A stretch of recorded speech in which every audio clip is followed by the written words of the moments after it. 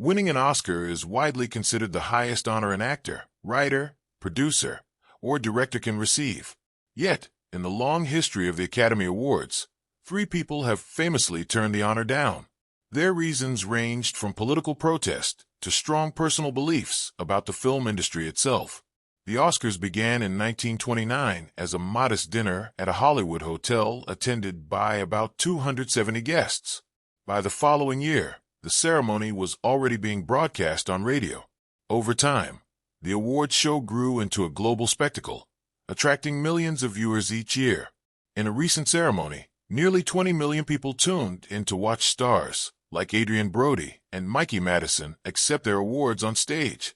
While some celebrities have skipped the ceremony despite winning, only 3 people have outright refused an Oscar. The first was screenwriter Dudley Nichols. Nichols wrote the screenplay for the 1935 film The Informer, which tells the story of betrayal during Ireland's 1922 War of Independence. The film competed against Mutiny on the Bounty at the 1936 Academy Awards. Although Mutiny on the Bounty won Best Picture, The Informer took home several awards, including Best Screenplay for Nichols.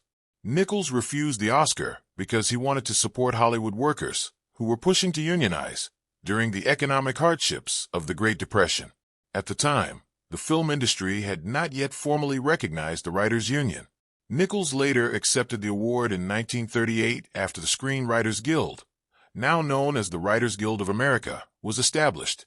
More than 3 decades later, actor George C. Scott also rejected an Oscar. Scott won Best Actor for his powerful performance as General George S. Patton in the 1970 film Patton.